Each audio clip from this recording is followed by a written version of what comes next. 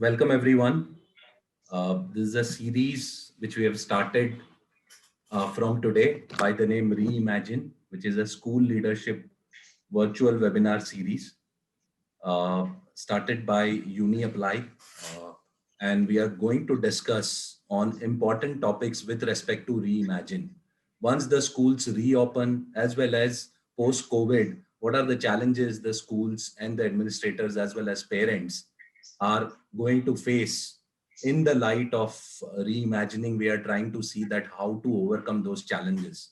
When we had a lockdown, clearly the school administrators and teachers within 24 to 48 hours worked tirelessly and turned the entire school online from an offline. We are going to see some of those things from schools in the days to come, because uh, there are a lot of things which school has to plan. If you look at it broadly from our perspective, today's webinar is largely we are we are looking at uh, we are looking at discussing the the issue related to how to make hybrid learning work once the schools reopen. And I would like to actually thank all the panelists for joining today's webinar. My name is Vikram and I represent uniapply.com.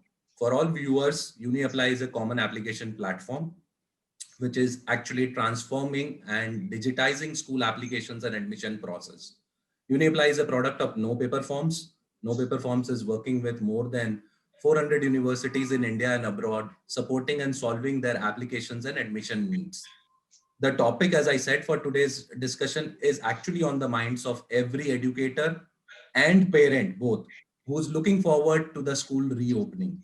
In fact, many states in India have issued guidelines for reopening of the schools, particularly for the higher grades in class 9 to 12. And this year's preparations are fraught with added kind of anxiety in the mind of educators, public health officials, and parents who are actually desiring to get students into more productive learning environments than an online mode. But at the moment, there is no common kind of template which is determining whether to educate students remotely or bring them back into the classroom or create a mix of both. Post-COVID, everything went online, and now slowly and steadily we are opening up. Some classes have started coming to school, but there is a long way to go. So I have with me eminent and well-known principals from various schools in Delhi and in Ghaziabad. So I would like to actually invite the principals, and I would like to thank them for joining on this webinar. Uh, so the first one is Dr. Renuka Kamal. She is the Vice Principal of Guru Nanak Public School, Pitampura, and an eminent educationist, and have spent more than 21 years in teaching and managing education administration. Welcome, ma'am, to Uni Applies webinar. Thank you, Vikram. We have Ms. Tanya Joshi, the principal at the Indian School in New Delhi. She has spent more than 28 hours in the 28 years in the field of education, and she has also done journalism in terms of she has been quoted in various magazines. A very eminent principal from the Indian School. Thank you, ma'am, for joining. Thank you. Thank you, Vikram. Ms. Sunita Dogra, the head of school at Lal Bahadur Shastri School. Ma'am has more than 30 years of experience as an educator, and she's managing school, various schools processes as the head of school for the last 30 years. Thank you, ma'am, for joining. Thank you, Vikram, for having us on the platform. Thank you, ma'am. And we have Manvinder Kaur, the vice principal at the Presidium School in Indirapuram, Ghaziabad.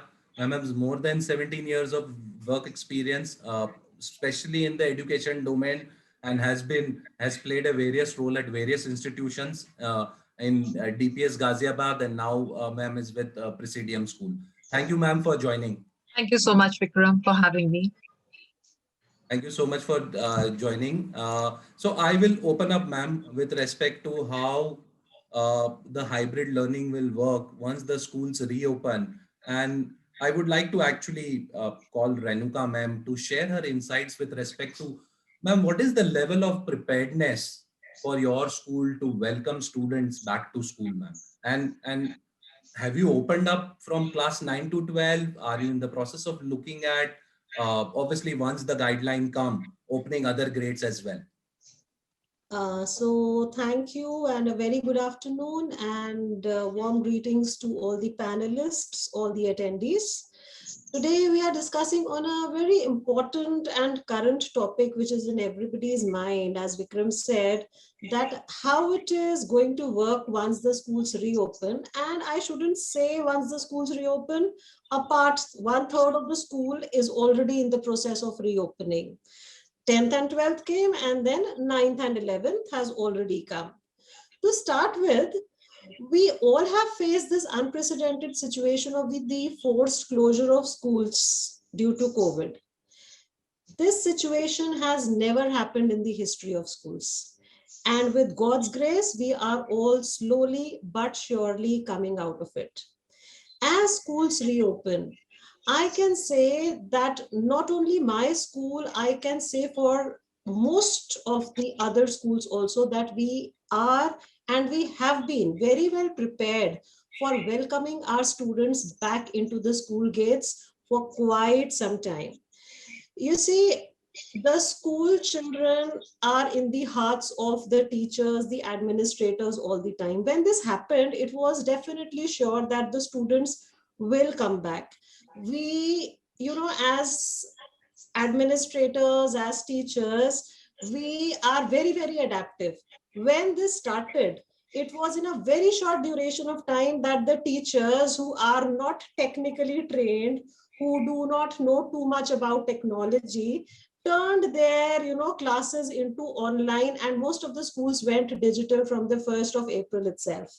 And then now, once it is the time to come back, the schools have already prepared on the macro level as well as the micro level for welcoming their students back. Now, this macro level management, when we talk about preparedness to get our students back, we talk about the infrastructural settings of the school, we talk about the sanitization levels, we talk about the kind of communication which you require with the parents so that they are also mentally prepared. So all this kind of stuff has already been happening for quite some time, because we have seen in various countries and in various districts that yes, the schools are reopening. And at micro level, once this part is done, the settings of the school and everything, then comes the micro level management, where it is like, okay, how do you have a staggered timing? What is the kind of timetabling that you require? How many teachers do you need to call? What is the strength in a class which you will be able to manage? And then building the trust in the parents, that how they are, because they are the ones who are going to actually give you the consent and send their children. So building the trust factor in the parents by communicating to them that yes, we are ready to welcome your wards back to school. So all these kind of preparedness, whether it is the the hardware and software of a system, so the infrastructural part as well as the soft skills part, everything has been in place. And today I can say with quite a lot of trust and with a lot of confidence that my school has actually prepared well for welcoming the students back. And from day one, when the dates came for opening 10th and 12th, to this day, the number of students has steadily increased. I wouldn't say 100%, but yes, with the kind of communication, the settings, the protocol following, the strength has increased. And so I suppose the level of preparedness is very, very good. Thank you. Thank you so much, ma'am, for sharing the level of preparedness at particularly in your school and in general with respect to schools. And ma'am, you touched upon briefly with respect to percentage of students who are coming to the classroom. You said that it's not 100%, but it's growing. So ma'am, how are you managing the offline and online mode? Because if let's say 60% of your students are coming to the classroom and 40% are not coming to the classroom and are trying to do the online study, how is the teacher actually accommodating the both the versions in terms of teaching? Yeah, so see, that was the most challenging part, because you can just expect, you can ask the parents that, okay, this is the kind of preparation that we have. Why don't you send your ward and everything? But still, you can't force anybody. That is one thing. So now we had to manage online and offline together. For this, it was very important, that there are some students who are sitting in the class who are studying, and parallel those students who are at home are attending the online classes. Now for this we had to do quite a bit of infrastructural settings also, like in the classes we had to get some stands who, like, wherever we could manage laptops, the mobiles. Of course now everybody has these 4Gs and everything in the mobile, because internet facility is something very important, but sometimes doesn't work in a particular setting. So making the school a Wi-Fi zone was one part which we did. We made the school as a complete Wi-Fi zone. We provided those kind of facilities to the teachers, because in a room you cannot have more than 12 to 15 kids. That is also one important part, the SOP which has been given to us, and we are following that very, very strictly. So how many children can come in a day? That was important. How many teachers are there to take care of those kids, and then providing them with the right infrastructure so that the students who are sitting at home and doing the work online and the students over here both can attend the classes at the same time. They shouldn't lag behind. That was what we did. Sure. So let me quickly go back to Tanya, ma'am. And ma'am, can you share your perspective with respect to what percentage of students are coming to the classroom, and to just extend a bit with respect to how are parents dealing with this change? So for the last 10 months, the students were studying online, and now there is a guideline, and schools have reopened. Are they sending their kids to the school wholeheartedly, or there are apprehensions in sending kids to the school? What's your experience, ma'am? So, Vikram, the thing is that, it's a very important, they are very, very important, the parents, stakeholders in this whole education process. And what we gathered was that, it is better to get a consent slip from them. And the main thing over here is that the parents have to have trust in the school. The trust is very, very important. And what experience showed us was that initially the trust was wavering. And slowly and steadily, the trust has been built, whereby in class 12th, we had 100% attendance in the science labs. We had no issues over there at all. But yes, 10th standard was an issue where parents said, no, we don't want to send. So it started off with 40%. Now it's gone up to almost 70 to 75%. Still, everybody is not coming.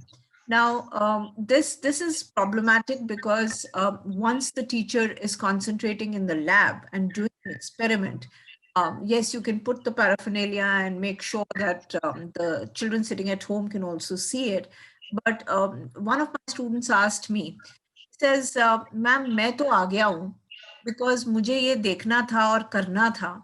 But why should the others sitting at home? Why should they, have the in the luxury of their drawing room or bedroom? Why should they see what is happening in school? They should come to school."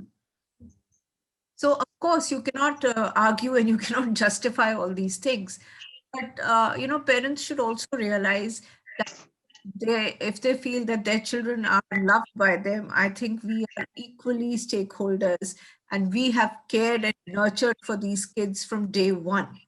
And we are not going to cause any kind of harm to them, and we are not going to be, complacent at all in what we are doing, because at the end of the day, it is not only the children who are there in school; it's my teachers who are there also.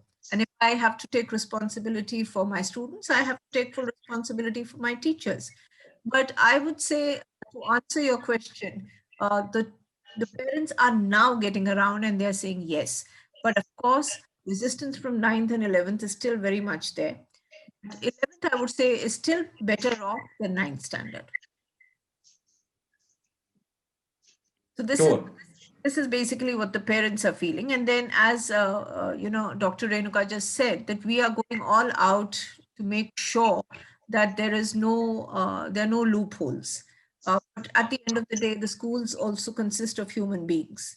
And in fact, we even asked our students, is there any way that, if you feel we are lacking, please let us know, because we will certainly spruce up everything. But the amount of expenditure that is going in, to make sure that everything is safe and secure, you have to sanitize. You have these big machines to sanitize in between, sessions, when you have one batch, and after that the second batch, and maybe then another third batch. So in between, you have to sanitize the lab. So you have equipment for that. You have gloves, you have masks. There are a whole lot of things that are going into it. And I think the schools are coping up and they're doing a very good job. Sure, ma'am. Let me quickly go to Sunita, ma'am. Ma'am, what is your experience with respect to parents' reaction? So I can clearly see that it started with 40% and now at least at the Indian school, it's gone up to 70%. Similar is the case at Dr. Renuka school as well. What is your experience, ma'am, at Lal Bahadur Shastri School? Good afternoon, everyone. Just like the other panelists have shared, we have also done all the preparation at all the levels. But despite this intense preparation by the schools, our school, the parents, they have mixed response. Some of them, they have really appreciated this move of reopening of the school, especially the ones who are belonging to the EWS categories, who could not attend the online classes due to lack of smartphone, internet, or other resources. But they have certain concerns about the safety and health of the kids. They are ready to settle for online classes and they don't want to expose their children and families to the risk of COVID infection. Besides this, whether the children will follow all the precautions during the school hours, wearing masks for 4 to 5 hours straight is very difficult, and maintaining social distancing in the classroom and during lunch break were another concerns. There is other issue of transport. As of now, the school is not providing transport facilities as it is very difficult to monitor the kids in buses. So parents have to be convinced to pick up and drop the kids to school using their own vehicles. But when both the parents are working or they have siblings, then it becomes very difficult for them to do it on regular basis. Another issue was that some of the parents, they have shifted to their hometown during the lockdown, and now with the reopening of the school they have to make all the necessary arrangement to come back and resettle in Delhi, and so that the kids can join the school. So these are the main concerns which many parents have shared with us, and we are working on that to find out the solutions which can suit to most of them. Sure, ma'am. Thank you so much for sharing your perspective. Let me quickly go back to Manvinder, ma'am. And ma'am, I know that your school falls in UP. So from that point of view, I've gone through the list, and now aside of 9 to 12, the regulations have also come to open up class 6 to 8 in UP Yes. for all schools. So what's your preparedness in terms of welcoming class 6 to 8, and how are you thinking about ensuring that now slowly and steadily other classes will also open up? How will you manage that, especially with respect to parents' confidence, as well as maintaining all those guidelines which has been put forward by the administrators? So once again, good afternoon, everyone. So very rightly, as you said, Vikram, the instructions for opening up of these schools for grades 9 to 12 were there from mid of October itself, and we are slowly and gradually catching up with those things. So currently, we are hosting exams for grade 10th and 12th students in school. And just last week itself, we received instructions from UP government to open up schools for grade 6 to 8 with effect from 10th February and grade 1 onwards from 1st March. So the way we had done, like my fellow panelists have already elucidated, like what all are those standards to be followed in terms of the SOPs of sanitization, of social distancing, of the various other things that need to be kept in mind. So the same have been communicated to the parents also, So similarly for grades 6 to 8, like we have recently received the instructions, so consent forms have been sent out to the parents. So response is not very promising at this point and time, because parents were not anticipating this thing happening so soon for a state like ours. So they were still anticipating that it would be somewhere in the month of maybe April or maybe post that. So like our teachers and we ourselves in the our ways and in our interactions are telling them that we are taking care of all those things. And very shortly students begin with their annual examinations. So since these instructions were not there beforehand, so everything has been planned online for grades 6 to 8. Like I shared, the rest of the grades are 10th and 12th are already appearing in their pre-boards, and 9th and 11th will begin very shortly. So that is being taken care of, and we have on an average of around 95% of the students coming in to write their exams in school, and with all the norms and everything being followed. So similar thing we are doing for grade 6 to 8. We have sent out the circular, but the response is very, very, I would say, very, very, I would say in small proportion as we had anticipated. So we are going back to the parents. We are assuring them that normalcy has to definitely prevail at the end of the day. Gradually, even after 2 months, also, if we begin, things have to go back to the way they were. So with, of course, with a seating of around 12 students in a single room, and giving them the option, because it's purely on a voluntary basis that they need to send their wards to school. So that is being done. And as I said, their questions and their queries are being addressed. So some of them are confident enough, uh, as the guidelines mention, they need to also take up the responsibility that the child uh, gets the COVID test done and brings the report to school. So all these things are also there in the minds of the parents, that as a school, what responsibility are you going to take if the child inflicts, God forbid, if this virus. So I think gradually and slowly we need to instill that confidence. One is definitely by the way of examples. So we have received very few consents as of now, because there is only 1 week to go for these classes. Exams are going to be online only, because we begin with examinations from 22nd. So the next week only we have like staggered shifts, and roll number wise, we are planning to call the students for doubt clearing sessions.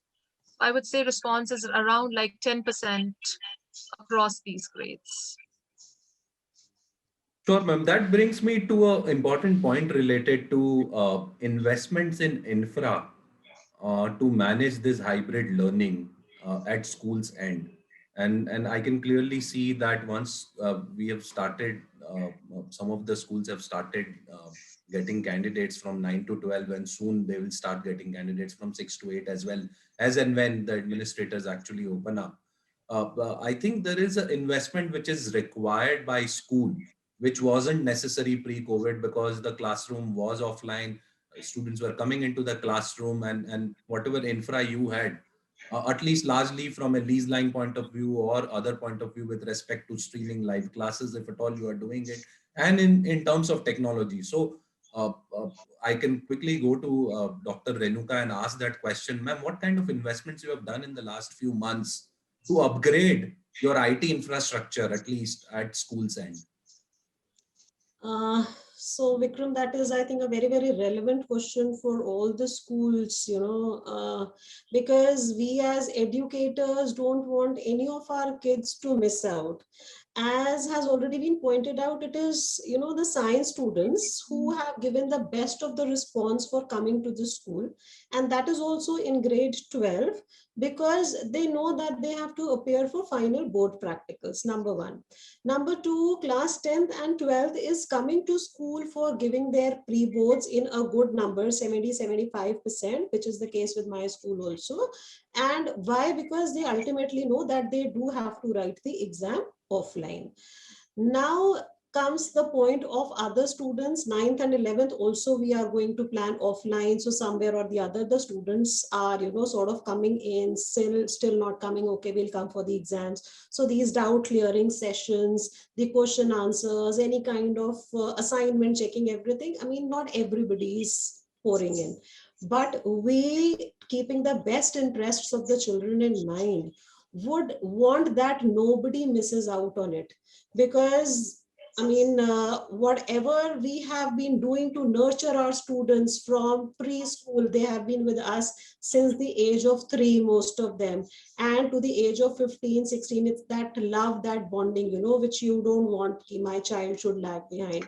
So the schools, even when they are actually not getting the full part from the parent as per the directions of the directorate and all, but the kind of investment we had to put in was actually huge, because the schools were, using that internet part and all at specific places only, most of them, their computer labs or their libraries or at certain zones. But now when you need to actually transmit this to the students, you actually need a huge investment. Wi-Fi's, setting up, buying the material, the cameras, the stands, the payment of these bills every month, everything. And then of course the sanitization, which ma'am was already mentioning, that this becomes a day-to-day basis kind of thing. And the number of students who come in, accordingly you need to keep sanitizing in those many shifts. We do try that students, there is not much of a movement, because like, okay, if the students have come to a particular place, they don't move out much. But when we talk about shifts, when we talk about, okay, the first shift has come, now they leave, then the second shift comes, then what about that? You need to keep sanitizing, you need to purchase all those materials. And there is, I mean, human lives are the most important. I mean, there is nothing more important than the health and life of a student or anybody. So for that sake, I mean, this is absolutely important, and the school had to actually invest quite a good amount for getting this infrastructure, and is doing, and this is on a day-to-day basis that we have to do. Now also, like, today itself I was discussing with my people that, okay, now tell me what are the stocks which you have, what more stocks are required. I mean, we need to keep an eye on that okay, how much cleaning has been done. So it's not only like work, this, it's a lot of actually work in terms of money, in terms of actually maintaining the stocks. Mentally, it's a lot of administration work which has actually added up to all this. Yes. So, ma'am, clearly I hear you that in terms of investments, the investments actually has gone up, as Yes. well as to some extent, and I don't want to use that word because teachers are to some extent absorbents of stress, and they actually take stress a lot in Yeah. terms of supporting the kids and parents. But I can clearly see that there is a stress level also which has gone up. I'll quickly go to Manvinder ma'am and ask the question with respect to ma'am. Now, since 40, 50, 60% of students are coming to the classroom, rest 30, 40% students are not coming to the classroom. The burden on a teacher in managing everything, not only the course curriculum, but all the classwork as well as the homework which they have given, and on top of it, the test and the checking and all that which they have to do, has gone up multifold. So I think it was much better in an online setting. Now in an hybrid setting, how do you think that teachers are coping up with this? So definitely, Vikram, switching to the online mode of interaction with the students, teachers had adapted a lot, and definitely a lot of work had increased at that point of time also.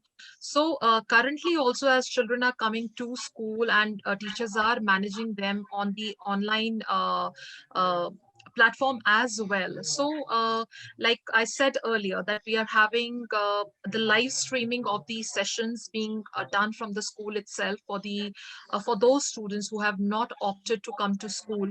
And teachers are also extending extra hours, like in the second shift, if she is unable to, because we know the timetable for all the teachers spread across different sections and different grades. Sometimes it's vertical in different classes, classes, like a teacher who is teaching grade 10th is also teaching grade 11th too.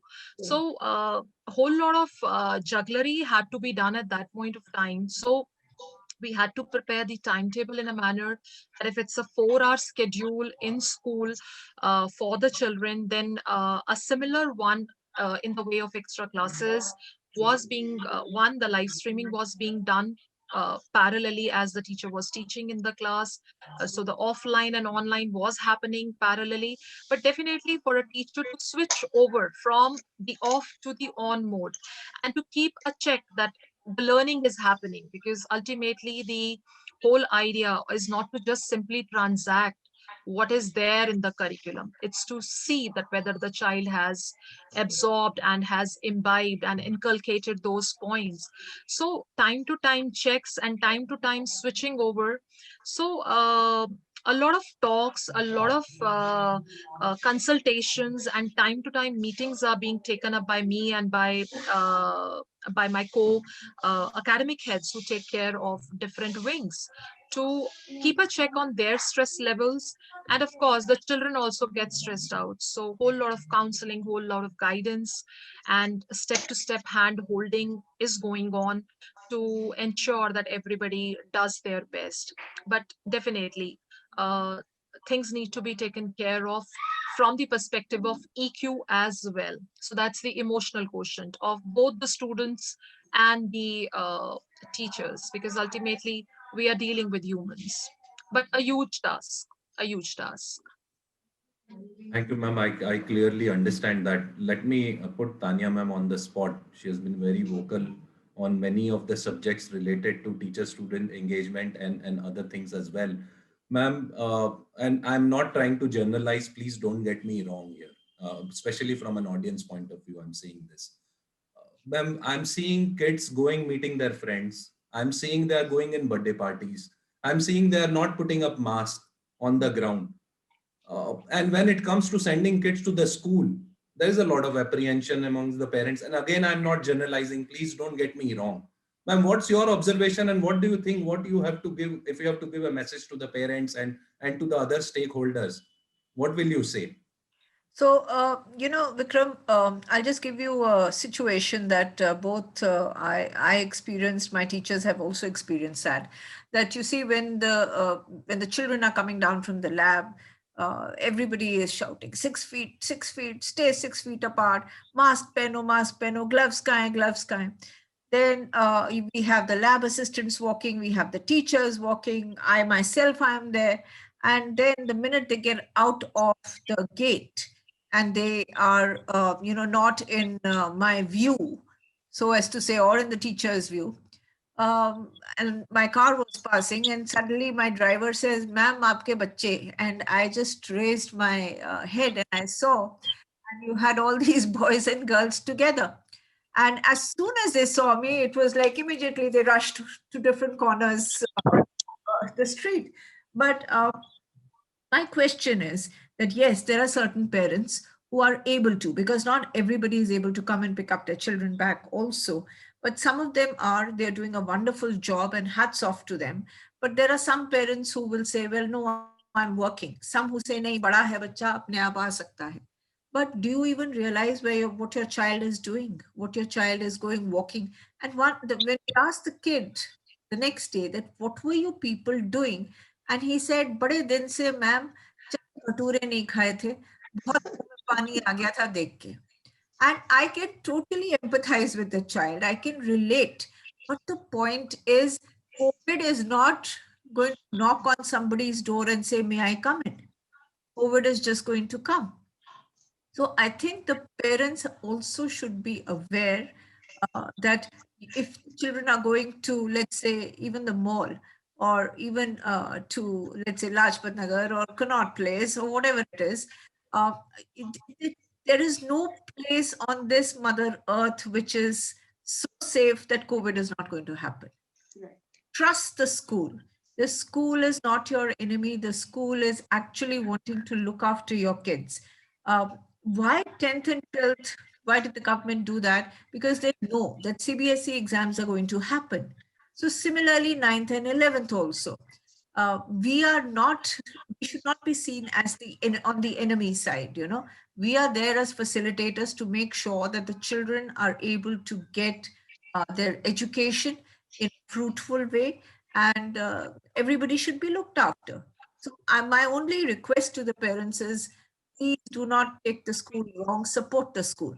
Why don't you come and stand outside? I would love my parents to stand outside in groups and say, okay, fine, today we'll monitor this class that is leaving at this time.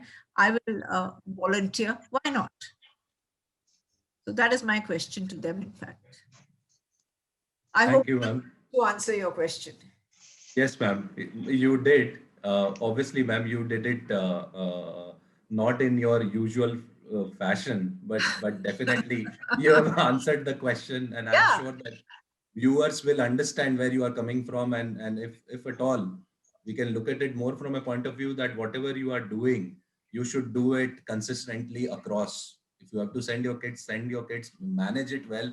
And obviously they have their timelines as well. As you rightly said, some of the parents can't actually pick and drop, which is a challenge for many parents who are working parents. True, So true. I sympathize with them as well. Quickly, let me go back to Sunita ma'am and ask a question with respect to ma'am. Younger children needs a level of guidance, social interaction, and obviously the tactile learning opportunities that are difficult to replicate in an online classroom. They're also less able to focus on to some extent, I would say, remote classes for long duration. Do you think that it is advisable, ma'am, to open up school for younger kids? And thanks to DOE, finally, that the nursery admissions in Delhi are happening. They've come up with the notification yesterday, but they've shortened the timeline, and it will be a bit of a challenge for parents to manage it within that 15 days period. But ma'am, what do you think, that is it right time for us? Obviously, the vaccine is in place now, but at the same time, do you think that it's right to open up for younger kids, or no, we should go in the same fashion as what outlined by administrators? Vikram, before I answer your question, I want to share that before we reopened the school in January, as per the guidelines, we have conducted the counseling sessions with the parents and we have taken their feedback. So we have shared the videos of the campus preparation for reopening with the parents also. And most of the parents, they were quite convinced about the measures taken by the school authorities. But still, in my own opinion, I think that the younger children, they are more vulnerable to the virus as compared to the older kids due to their weak immune system. So unless they are vaccinated, they shouldn't be called to attend the school physically. Moreover, if a child has some health issue and she comes in contact with the high risk group, it weighs the risk of bringing germs home from the classroom. Another, it is quite difficult for the smaller kid to follow hygiene protocols and social distancing measures, which may prove hazardous. Also, wearing masks all the time may be difficult with the children with sensory, cognitive, or behavioral issues. So, I think we should wait for some more time to open school for the younger kids. Sure, ma'am. Manvinder, ma'am, what do you think? What's your opinion on this? That whether we should open it for the younger kids, or we should go with the Here, administrative? I would like to add, I mentioned about the UP government directives for grades 6 to 8 that we received recently. So that covers opening up of the school for the students of grades 1 onwards. So pre-primary is not yet being talked about, but yes, primary kids of grades 1 to 5 are also being its schools are being directed to call them from with effect from 1st March onwards. So, if I talk about immediately about ourselves and our team at school when we went through this notification, so definitely we feel that these younger kids, as Sunita ma'am just now said, that they are more susceptible, they are more vulnerable to their what do you say, prone to catching up of this kind of an infection, and definitely we need to ensure that. things are in place before they are called to school, like for example vaccination, and for example maybe the threat of this entire COVID-19 to go down a little more. Because if we really look at the numbers coming right now, as of now in the news and all, if we see the numbers are really going down, so in a way it gives us the confidence as well. But then these children are too small to be what do you say, to be guided from step to step, and they are like some of the things cannot be taught to them. So uh, yes, gradually it has to happen, but it may be any sooner. I think not before July or August, maybe by then. The parents also have this faith, because right now they are also pretty jittery about because we haven't even discussed about this thing with our parents of grade 1 to 5, though the circular is out for everyone, and there are no such queries. And as grade 4 onwards, we will have examinations like term end. So again, that begins around 22nd of this month. So again, that's an online exercise we are promoting to have. So we are looking at somewhere around in the month of April. So still brainstorming and all is being done, because again, the directors say very, very categorically that half of the strength in shifts we need to operate the school. And either we go across having students being called by their roll numbers, or maybe by sections, because you need to see the infrastructural requirements as well. Because with 12 children seated in one room, so we would need double the rooms that we were using initially for those number of students in our class. And if the strength goes around beyond 30, so practically speaking, so 3 rooms or maybe 3 shifts.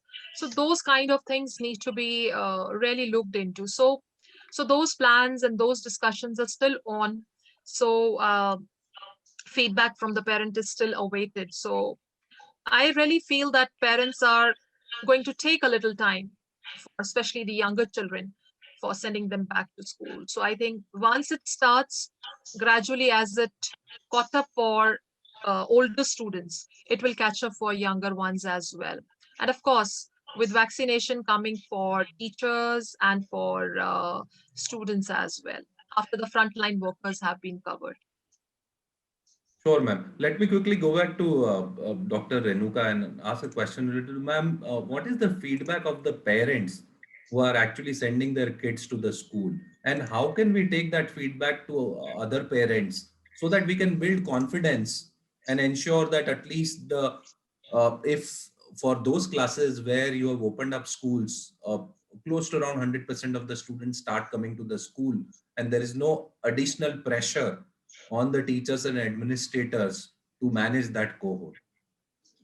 So, Vikram, I suppose for students of 9 to 12, they are around of the age of 14, 15, 16, around that age. Now, these children actually have a good communication amongst themselves, you know. So that is why this number, which has risen from the beginning to this time, has been because of the word of mouth thing. Number one was our communication with the parents, and as was mentioned already, we had also done the same thing. Whatever preparations we had made, you know, initially to start with, we had communicated with the parents. We had told them that, okay, all this is in place and we are ready for your kids. We are ready to welcome them back to the school. Some of them were happy and trusted it and started sending them. Then once some children started coming, they talk to their friends, they tell them that, okay, this happens, and you know, in school this was better, this was told to us in a much better way. I could get my files checked, I could ask my doubts even later. And the preparations are all good, you know, the sanitization thing was all there and they are happy.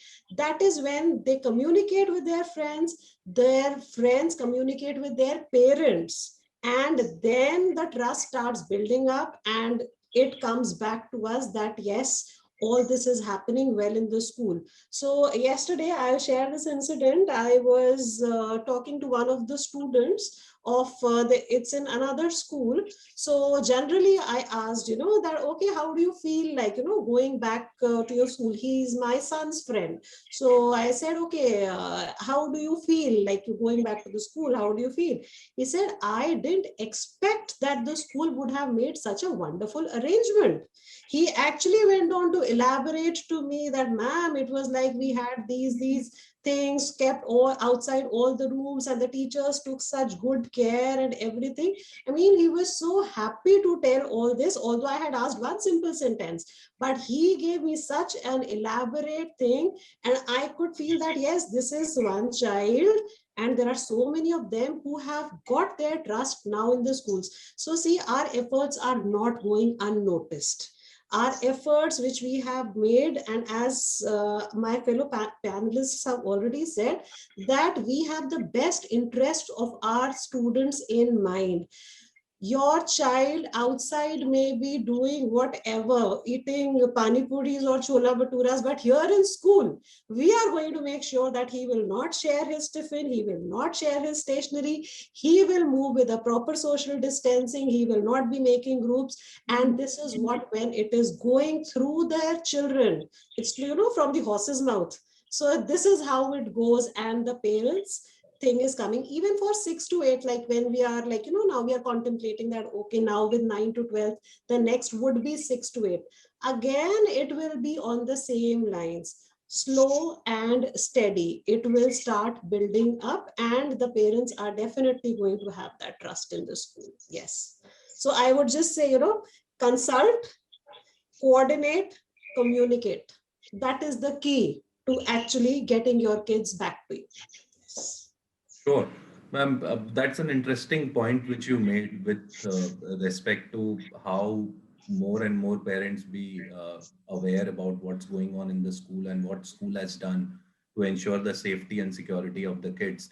Coming back to the question related to the fastest program actually implemented by Government of India was the Aadhaar program. And in 1 year, they could cover up 1 billion population. Here we are talking about 2 shots of vaccines for each individual in India, which is close to around 2 billion or 2.6 billion vaccines to be administered. Looking at the sheer size of our population and the way things are moving in right direction for sure. But I clearly see that at least for the pre-primary and the primary segment, the 2021 will be more likely to be a repeat of 2020. What's your thinking on that, Tanya ma'am? What do you think that? Do you think that it will open up?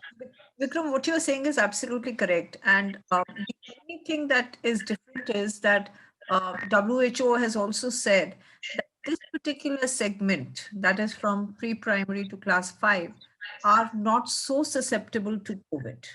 That is a very important thing which we have to keep in mind. But of course, for the parent, the child's age doesn't make a difference, and Indian parents are, more hands-on parents. So they probably might not agree with the fact. But I would also say, forget the children in this case, the teachers would not be able to also, control the kids. You have 40 kids in a class. You don't want the child touching the other child. You don't want them to sit down in a group. It's going to be very, very tough. So maybe if the situation improves and they open up schools, well and good. Otherwise, as you were saying, for a certain period of time, I think it is going to be online for these children.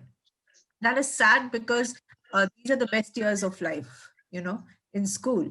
There's not too much of academics. There's more playway method. There is full enjoyment. Teachers miss their children a lot. So I think it's going to be sad, but nevertheless, whatever the decision taken by the directorate will be the best, keeping in mind every aspect of safety. Ma'am, we have a couple of questions from the audience, and I can look at the time. We have 8-9 minutes to close Okay. the webinar. So very quickly, I'm going to take up those questions so that we can cover those questions from the audience as well. So Sure. can you see the question on the screen? There's a question from Miss Satvika Gupta. She's asking that after studying at home for a year, do you think that we would require innovative engagement techniques for education? So can I answer that? And just to Sure, let ma'am. maybe the other panelists also can contribute. Yes, you've been sitting at home for a year, and the teachers have reinvented themselves to make those online classes also interesting. So don't worry about it. We will make it more interesting for you when the classes are held in the school also. And definitely things have to change. They have to evolve. Life is not going to be the same anymore. Manvinder ma'am, you want to add something on that? I think very rightly said by Tanya ma'am that things are, I think, more engaging. And like you mentioned a little while back, we should have all kinds of experiences. So learning is not only what you say now, limited to just one kind of experience, which involves like audio and visual senses, which is essentially being catered through the technology. So we use technology in the classroom also, but then of course there is a lot of learning by doing and being there with the children around your presence. I think all those things also will make a lot of difference, which has been like kind of quite like of missing during all these 10 months when the children were at home. But yes, definitely, as ma'am said, that teachers have also reinvented themselves and reimagined their teaching as well. So some of them have uh, adapted and adopted newer ways of teaching, like live experiments being done, performed with these students. So I think the same innovation will carry on once you come back to the classroom, which was happening earlier as well. So the other approaches, like multidisciplinary approaches, will also be touched upon when children come back to school. So I think it will be much better. Sure. Ma'am, there is a question from Prem Vatram. He is asking that how practical it is to implement the SOP given by the government on the kids. So, Renuka ma'am, would you like to answer that? See, SOPs depends on the age level we are talking about, So kids is like when we talk about, as already this was said by the other panelists, the kids of grade 1, preschool, pre-primary, class 2, they're actually too small to understand the importance of maintaining these. Howsoever much the teachers may be telling or something, I mean, still somewhere or the other, it may not be practically possible at all the time. Whenever and however this will happen, that the youngest of our kids are back to us, we will actually have to have, our parents actually, we'll have to hold hands together to guide our kids that what is right and what is wrong. You cannot force these little ones to be like, no, you cannot do it. And, then he or she starts crying or something and throws a tantrum or something, then it becomes a situation. So at a particular age group, that is why I think the government is also going for, okay, 9 to 12, then 6 to 8, because they are mentally, comparatively mature to understand the importance of adhering to these guidelines. But for the younger ones, yes, we will actually have to work on it together. The parents, the teachers, the school administration, we all stakeholders will have to take combined responsibility of the children coming back to school. Yes. Sure, ma'am. There is a question from Sashi Kiran, and the question is, as we know that classroom education requires a lot of group activities, how can we execute such activities considering the current situation? Sunita ma'am, would you like to take on that question, that how the group activities are happening in the school and how are you managing it? Right now, too, since we are conducting practicals with a limited number of students, but in case it is permitted for the middle wing also, where activities have more role to play, again, we have to make smaller groups of the students. We have to divide them into different activity groups, and then only it can be taken over. Otherwise, it will be very difficult to manage. May I add over here, Vikram, if you allow? Sure, So ma'am. I think we can have collaboration. Maybe we can have students being divided and they can connect If not, maybe there are various online platforms which is happening currently also. Physically, it might be difficult and challenging too, considering the given factors. And we would also not allow that kind of proximity amongst the students. So I think the tasks can be assigned and children can be allowed to connect over different platforms for the interim time till we have a situation returning to normalcy. And they carry on with the group tasks. And children have done some wonderful tasks during this online time also. Uh, like be it the subject enrichment activities that we have under CBSE curriculum, which involves group activities as well. So students have come out really with beautiful presentations. So I think it's just thinking a little out of box and letting children also take a lead. Maybe we can just give some suggestions to how to connect and reconnect, and that can also be accomplished. Sure, ma'am. I think, Let me go to I think Tanya, ma'am. Sure. Vikram, the answer is just the topic of your webinar today. Yes. Exactly. Reimagine, yes. Hybrid, reimagine. So to answer the question about groupings, I think we just refer to your, the title of the webinar that answers everything. Correct. Thank you, ma'am. Thank you, ma'am. Ma'am, the other question has come from Mr. Rahul Dev. He's asking, do you think that there will be transportation issues? How will children commute to schools? Will buses be safe?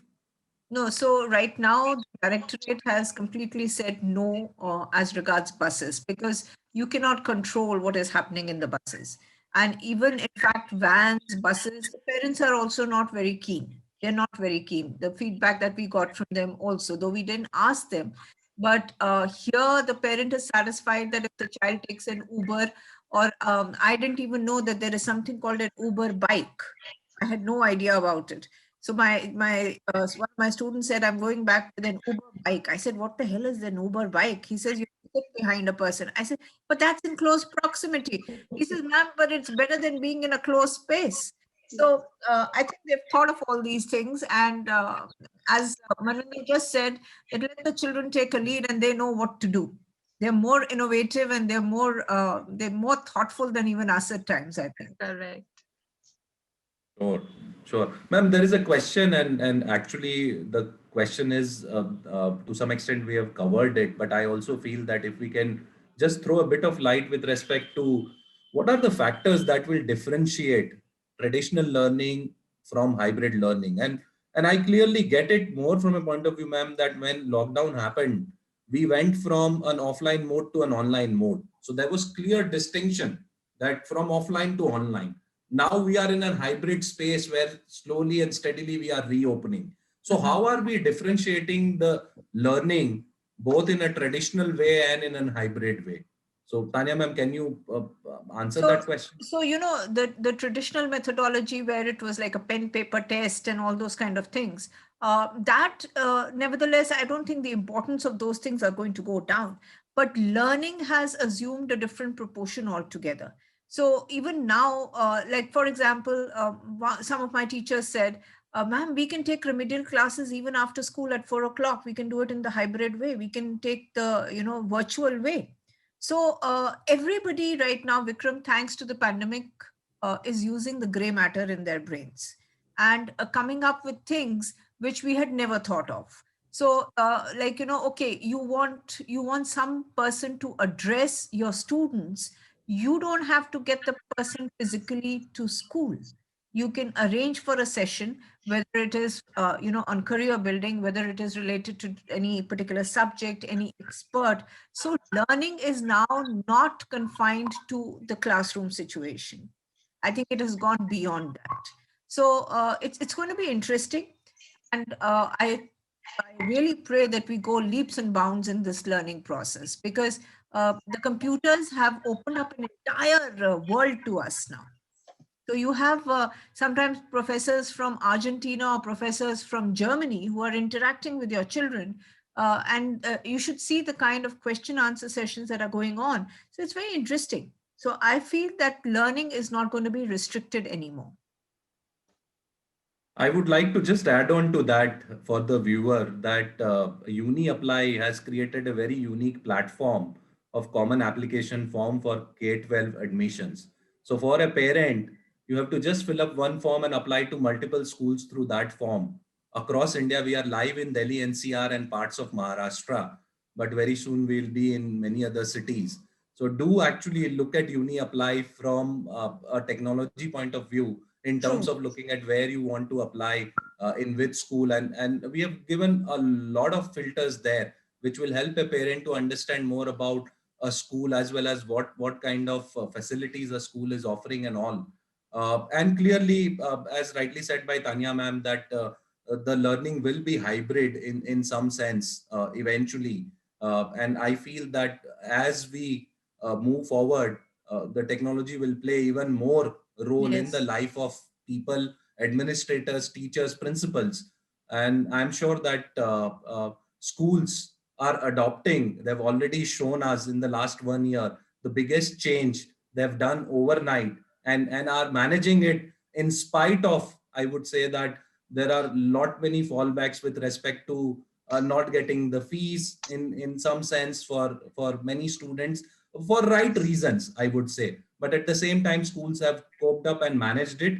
So I feel that hybrid learning is to some extent here to stay till the time we go back to the classroom in a full throttle mode.